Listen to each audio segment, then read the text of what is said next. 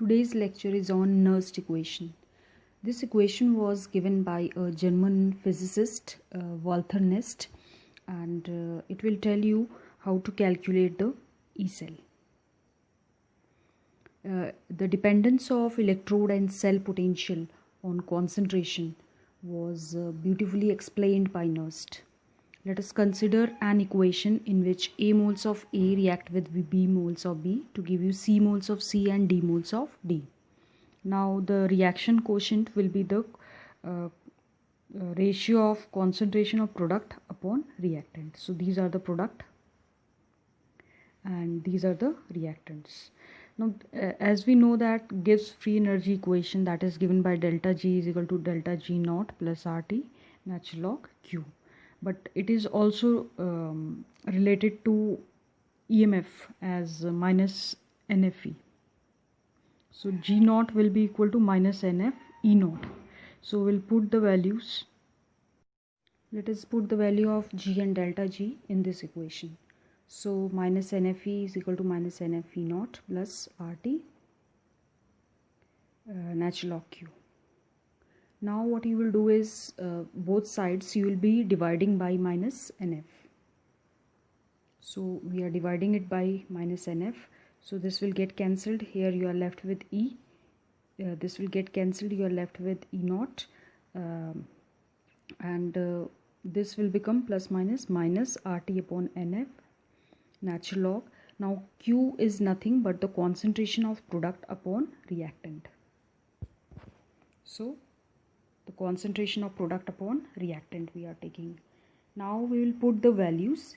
E cell, this is E cell, is equal to E naught cell minus now natural log I am converting into log base 10, so I am taking 2.303. The value of R is 8.314. So these are the value. R, you will take 8.314, T temperature to 98, and that will be the number of cations or anions which are involved. F is the Faraday's law, that is 96500 log concentration of product upon reactant. So when you solve all this, you will get minus 0.059 upon N. So E cell, that will be equal to E naught cell minus 0.059 upon N log concentration of product upon concentration of reactant. Let us see the equilibrium constant from the Nernst equation. So we are considering this reaction with zinc getting converted into Zn plus 2 and Cu plus 2 getting converted into copper. So this will be the oxidation half cell and this will be the reduction half cell. So oxidation half cell, that will be zinc giving you Zn plus 2 electron, and reduction half cell will be copper accepting those electrons to give you copper. The reduction potential of two electrodes, they will become equal and they will have same value. So that point in which they become equal, that is known as the equilibrium value. So if you see the graph of reduction potential against the progress of reaction, so this is for the oxidation half cell reduction potential and this is for the reduction half cell. So this point where these two, they become equal and they have the same value, that is known as the equilibrium point. So at that equilibrium point, E cell will be 0. So if you put that value in the Nernst equation, that will become E cell will be equal to 0.059 upon N. This E cell will be 0.059 upon N log K. So from this you can find out the value of log K. This will go here. So it will be E naught cell into N. So K will be equal to NT log of this. So you can find out the K value. Let us talk about the electrochemical cell and Gibbs free energy.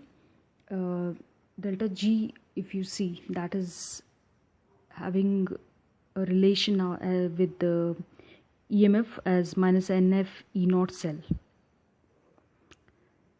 So delta G, it can be positive or negative.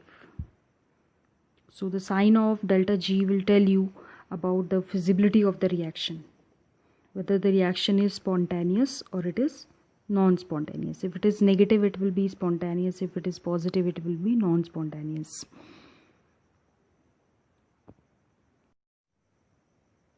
If you want the reaction to be spontaneous, that is, if you want delta G to be negative, then E cell, it should be positive. Let us do few numericals which are related to the Nernst equation. Now in this numerical, it is written that calculate the EMF of the cell of this reaction. Now here concentration is given. E cell is 1.05 volt. Now you will be using the Nernst equation, that is E cell is equal to E naught cell minus 0.059 n log concentration of product upon reactant. Now since nickel is changing into Ni plus 2, so this will be the product. So product, you will be writing this upon Ag plus. Now Ag plus is changing into Ag. So this will be the reactant side. So it will be in the denominator. So you have to solve this further. You will divide it. So you are left with this. So after solving this, you are getting 0.914 volts. Now let us see this numerical in which 2 ferric ions plus 2 iodines, they are giving you ferrous and iodine. So it's a redox reaction. E naught cell is 0.236 at 298 Kelvin. You have to calculate the Gibbs free energy and the equilibrium constant, that is K value. You have to calculate. Now let us first see Gibbs free energy, that is minus NF E naught cell or E cell you will write, since this is delta G.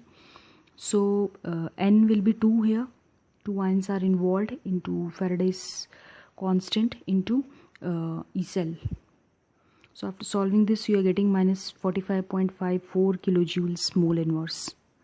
Now you have to calculate K value. So delta G is equal to minus 2.303 RT log Kc.